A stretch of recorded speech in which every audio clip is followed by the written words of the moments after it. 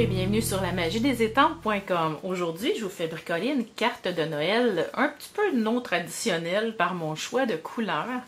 Donc, on va se servir ici de la belle collection Jolies Fêtes dans le catalogue des fêtes. Je ne sais pas si vous avez vu ça, mais vous avez le jeu Cantique de Noël qui est hyper populaire. Donc, moi ici, j'ai mis mon jeu avec Nathan Litz à la sortie. On va s'en servir aujourd'hui. Et si vous n'avez pas remarqué, le jeu Joyeuse Petites Étiquettes ici est coordonné avec. Donc, ça va très bien. Le même genre de police de caractère. Le même genre ici, on va rechercher les petits poinsettias. Non, le ou, pardon. Donc, tout ça se perfore très bien avec la perforatrice assortie. Donc, pour vos étiquettes de Noël, c'est génial.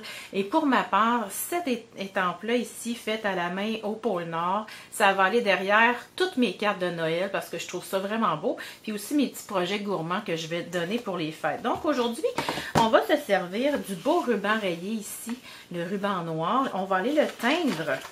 Et puis, vous le voyez encore comme il est beau. On va se servir aussi du papier design Jolies Fêtes. Donc, c'est ça qu'on fait aujourd'hui. Une carte toute simple, mais elle a un look actuel et je trouve que c'est rafraîchissant pour ma part. Donc, ce qu'on va faire, c'est qu'on va aller teindre notre papier design. Donc, vous avez toujours dans ce paquet-là un côté vert olive et l'autre côté noir. Donc, celles qui n'aiment pas le noir, je veux vous faire changer d'idée. Voici ici une petite pochette. Je voulais vous montrer la différence quand c'est une pochette Big Shot. Donc, c'est le fun, un papier comme ça, parce que là, dans le fond, j'ai été l'encrer un petit peu en dégradé et j'ai ma couleur qui est reprise à l'intérieur. Donc, c'est un avantage d'avoir un côté noir et un côté vert olive, surtout pour le temps des fêtes. Donc, aujourd'hui, on va y aller. Vous sortez Rouge Rouge de Nain Dandy, Murmure Blanc, et puis ça prend les angles, bien sûr. Donc, en allant allier ensemble le Nain Dandy avec le rouge, c'est ça, je trouve, qui apporte la touche moderne, très actuelle, mais aussi le fait d'utiliser du noir. Et je vais vous montrer comment faire le petit dégradé ici, et je vais vous montrer deux alternatives. Vous allez aimer ça, je pense bien. Donc, vous allez vous sortir 3 éponges, ou ça peut être 2 éponges et un doigt éponge, peu importe. Donc, il y en a une pour le rouge, une pour le bleu, et puis l'autre, c'est pour aller faire notre nuance tantôt. Donc, là, ce qu'on va faire, on va aller ancrer notre éponge. Et là, dans le rouge, je vais saturer et toujours m'en venir. Quand mon plus gros de l'encre est déchargé ici, je m'en viens pour faire un petit dégradé. Donc, pourquoi j'ai pas pris rouge et vert? Parce que je voulais que ça fasse moins traditionnel. Mais celles qui ont suivi mon cours lors de la couleur ou bien mes cours in color, vous avez appris que quand on mélange ensemble 2 couleurs complémentaires, ça fait un petit peu brun, gris, pas très beau. Une couleur qu'on appelle souvent une couleur sale. C'est parce que, je vais vous montrer, sur le cercle chromatique, le rouge et le vert sont opposés. Donc, quand on prend les couleurs qui sont opposées, les couleurs complémentaires, et qu'on les mélange, ça fait pas très joli. Donc, j'aurais pu m'en venir avec le vert et pas trop mélanger avec le rouge. Ça aurait pu être très beau aussi. Mais je voulais sortir de ce qu'on voit d'habitude dans le temps de Noël pour vous proposer cette carte-là qui est simple à faire. Vous pourriez la faire à répétition et ça pourrait être votre modèle de carte pour cette année. Donc, voyez-vous, j'ai vraiment mis le plus gros de l'encre aux extrémités. Et pour moi, d'aller chercher une diagonale, je le fais super souvent. C'est important pour moi de faire ça. Je trouve que ça donne du mouvement à la composition, beaucoup plus que si on y avait été moitié-moitié. Et j'ai gardé une belle petite ligne de lumière entre les deux, mais j'aurais pu mélanger davantage comme ici. Donc, mais j'aime ça, la petite ligne blanche. On va pratiquement toute la cacher, mais il nous reste des petites lumières dans les coins, donc j'aime ça beaucoup. Deuxième chose, tant qu'à avoir sorti nos éponges, on va prendre notre ruban. Et ce ruban-là, il y a des petits bouts de métal dans les coins, donc vous pouvez travailler vos boucles pour vos cadeaux de Noël ou sur vos différents projets. Ça va être super beau. C'est vraiment le fun de faire ça. Donc, c'est pas plus compliqué que ça. On va aller ancrer.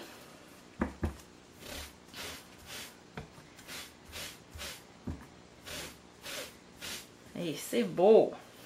Donc, j'ai fini pour mes deux éponges. Je les mets de côté pour ne pas me mélanger. Vous allez comprendre pourquoi. J'ai pas fini tout à fait, c'est pas vrai. Je vais en avoir besoin sur mon carton ici. Donc, pour mon vœu, je vais chercher mon beau sapin ici. Et là, je vous montre deux façons de faire. Vous pourriez créer une lumière. Ce qu'on veut, c'est dans le fond faire une lumière. On peut la faire de bas en haut, on passe du rouge au bleu, ou bien la faire à l'inverse. OK, vous comprenez le principe. Ou bien la faire au milieu et plus foncée de chaque côté. Donc ici, je suis passée du bleu au rouge. On voit que ma gradation est beaucoup plus réussie qu'ici. OK, parce que dans le fond, j'ai presque pas de bleu dans le milieu. Il aurait fallu que j'en aie un petit peu plus. J'aime beaucoup celle-ci aussi. Donc, je vais faire ça tout de suite. L'idéal, c'est de faire ça avec des marqueurs, mais si vous ne l'avez pas, c'est pas grave du tout.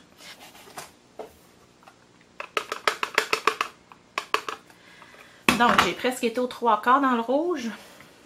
Là, je vais y aller un petit peu dans le bleu. Là, ça devrait être mieux. On voit que j'ai mes deux couleurs sur mon mot du centre. Je vais aller atténuer un petit peu. Et j'étends. Donc, on le voit beaucoup mieux là. Voyez-vous, beau. Donc, le beau, il y a la moitié rouge, la moitié bleue, puis ça se fait tout en douceur. Donc, ce que je fais ensuite, j'ai déjà de l'encre qui reste sur mes éponges. Je vais venir ancrer les côtés. Moi, je tiens dans ma main. Je trouve que j'ai beaucoup plus de contrôle et j'y vais de l'intérieur à l'extérieur. Il y en a qui aiment mieux faire l'inverse. Aller partir de l'extérieur vers l'intérieur, mais à ce moment-là, c'est mieux que vous vous appuyez sur votre surface de travail.